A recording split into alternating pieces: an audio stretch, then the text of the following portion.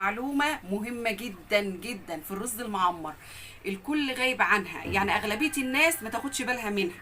هتحلفي بيه، هتخلي معاك الرز الله أكبر. حكاية، معلومة بسيطة جدا علشان تطلع معاك الرز بالجمال والحلاوة دي، والطبقة بتاعته كلها متساوية، لا جنب عالي ولا جنب واطي، زي ما انت شايفة كده. اللهم صل على النبي. قبل ما نبتدي معاكم ما تنسوش تصلوا على رسول الله وتدعموا الفيديو بلايك. خش على الفيديو على طول.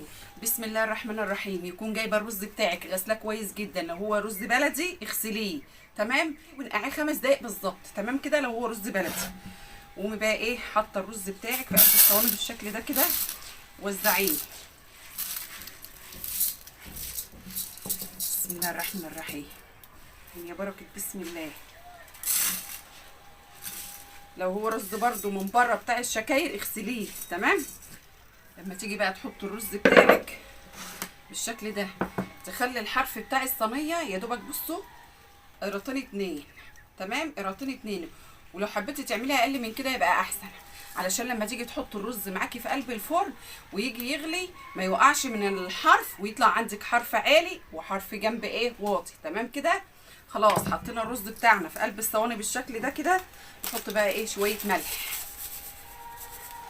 الملح ده على حسب ذوقك تمام. وحطي هنا معلقه زيت، وحطي هنا معلقه زيت، معلقه زيت كبيره كده او معلقتين. ليه بتحط معلقه زيت يا شيماء؟ بيخلي الرز مفلفل معاكي. واقسم بقى القشطه بالشكل ده كده اهو. الصلاه على النبي. بسم الله ما شاء الله. هتاكلي احلى رز معمر عمرك في حياتك ما اكلتيه قبل كده. ركزي معايا بقى وخدي الطريقه دي مني وتعيني. ابس بقى الرز، ابس كل حبايه الرز تتغلغل بالقشطه تمام. بسم الله الرحمن الرحيم. الله على الروايح. اللهم صل على النبي. خدي بالك وانت بتحطي الرز في قلب الصينيه ما تخليش الرز قريب من حرف الصينيه، علشان ما يغليش معاكي في قلب الفرن ويوقع في قلب الفرن وتطلع ريحه الفرن مش حلو تمام. اهو ابس الرز كويس جدا واجيب الصينيه الثانيه اهو. عايزه تبسي بايديكي بسي، ايدك تكون نظيفه وبسي اهو. يا اما تبسي بالمعلقه بس تبسي كويس جدا، وعندك يكون الفرن ولا على درجه حراره هاديه، علشان لما اجي احط الرز اعلي عليه بقى من القاع اللي هو في الوسط عشان يغلي. هنوريكم دلوقتي. بعد بقى ما بسيته كويس جدا كده اقوم ايه مسويه الصينيه بتاعتي بالشكل ده كده، علشان ما يطلعش جنب عالي وجنب ايه واطي تمام. وعندي بقى اللبن بسم الله. انا عندي اللبن سخن تمام. بسم الله الرحمن الرحيم، يعني مقارب للغليان كده. بسم الله الرحمن الرحيم.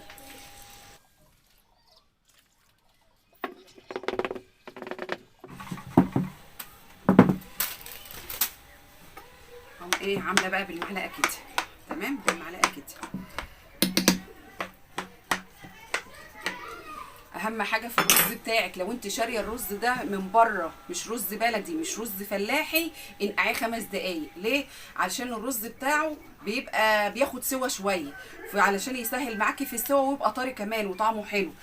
نسيت اقول لكم على حاجه، اللبن بتاعنا يكون بخيره. طب ما احنا حاطين قشطه يا شيماء، نحط اللبن كمان بخيره؟ ايوه نحط اللبن بخيره تمام. الناس اللي حابه تحط علبه زبادي على اللبن ده براحتك انت، علشان يعمل طبقه على الوش برضو ده براحتك انت. في ناس بتحب كده وفي ناس ما بتحبش الطبقه اللي على الوش دي، مش الوش نفسه اللي هو الاحمر، لا الطبقه اللي هي بتبقى ايه عباره عن رقه تخينه كده من اللي هو ايه زي اللبن الرايب. احنا ما بنحبش كده. الناس اللي حابه خلاص اوكي تمام مفيش مشكله. طيب الكيلو الرز بياخد معانا قد ايه لبن يا شيماء؟ بياخد معانا كيلو وربع من اللبن، يا اما كيلو 200 جرام. يبقى على حسب انت لو حباه طري شويه ممكن تخليها كيلو وربع، لو حباه مظبوط يبقى خليه كيلو 200 جرام تمام كده. طيب بنحط قد ايه قشطه؟ برده هنحط عليه الكيلو هنحط عليه 100 جرام من القشطه.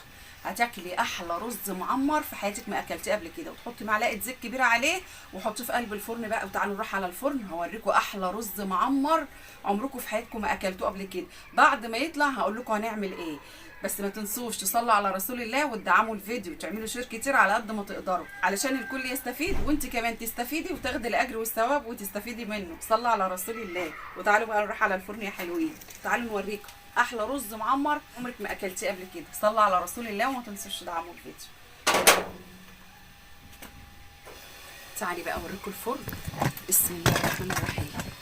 بصوا دي درجه حراره الفرن بتاعتنا من الجناب زي ما انتم شايفين كده، والقاع برضو كذلك. انا عندي القاع مش هعرف اوريكم القاع، بس بتعلي القاع بس مش للدرجه اللي هي عاليه قوي، بتعليه كده في المظبوط لحد ما تلاقي الرز بتاعك بيغلي والوش بتاعه بيبقى كده وبيغلي ويعملوش. تبداي تهدي القعر شويه علشان ما تطلعش رز معمر شايط في القاع من تحت او ملسوع من تحت.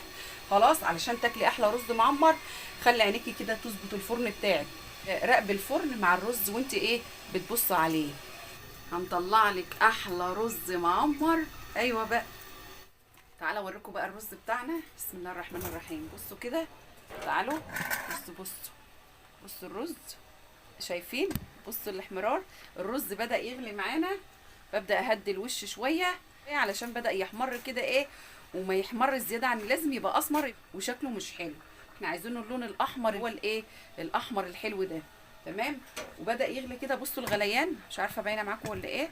بصوا بقى، وبيغلي اهو، بس مش بيوقع من فوق الصينيه ولا بيوقع لبن ولا حاجه، علشان سايبين عقلتين اتنين علشان لما يجي يغلي براحته ويبقبق براحته، ما يوقعش على الصاجه بتاعه الفرن. تبص تلاقيها تطلع ريحه مش حلو. هنعمل احلى صينيه كوسه بالفراخ هتاكلوا صوابعكم وراه. هنطلع الرز المعمر بتاعنا علشان الصينيه كبيره ونقوم حاطينها في قلب الفرن بعد الرز المعمر. الناس اللي حابه تعمل خير تعمل صينيه بطاطس، صينيه كوسه، تحط صواني في قلب الفرن وتعمل اطباق وتوزعها وتخرجها لله. هتبقى اسهل طريقه عليها ممكن تعملها مع شويه رز. ان شاء الله يكون رز حبايه وحبايه. اعملي الخير ورمي البحر. يا رب يجعله بالف هنا لكل اللي ياكل منه. صلوا على رسول الله وما تنسوش تدعموا الفيديو. تعالوا بقى شموا الروايح. عايزه اقول لكم الفرن مقفول وشم ريحه الرز المعمر قلب البيت كله. اللهم صل على النبي. بسم الله الرحمن الرحيم. بسم الله ما شاء الله. تعالى اوريكم الرز المعمر بتاعنا. بسم الله الرحمن الرحيم. اللهم صل على النبي. الله اكبر. بسم الله ما شاء الله. اللهم صل على النبي. الله اكبر. اللهم صل عليك يا نبي. بسم الله ما شاء الله. شايفين الحلاوه؟ شايفين الجمال؟ اللهم صل على النبي. بصوا رز معمر حكايه من الاخر. الرز المعمر بتاعنا من الاخر. الله اكبر. بسم الله ما شاء الله. اسيبه بقى في قلب الفرن على نار هاديه، اوطي الجناب واوطي القاع واسيبه كمان لمده ربع ساعه ياخد ويدي مع بعضه كده ويترندج ويبقى مستوي زي الفل ويبقى طعمه دايب وزي العسل زيكم كده يا ولاد. عايزه بقى بعد ما يطلع كده بالشكل ده تحطي معلقتين اتنين سمنه بلدي على الوش كده من الجناب وعلى الوش كده. تمام.